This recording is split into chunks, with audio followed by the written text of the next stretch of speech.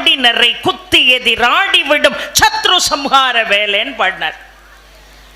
அதுதான் ரொம்ப சிறப்பான ஒரு இடம்.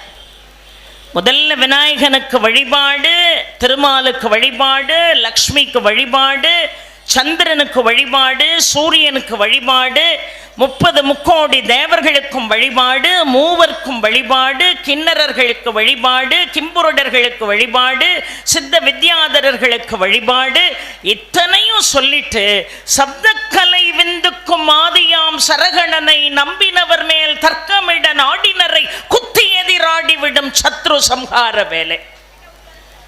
இந்த பதிகத்துக்கு என்ன சிறப்பு தெரியுமா? 10 பாடல்கள் இருக்கு.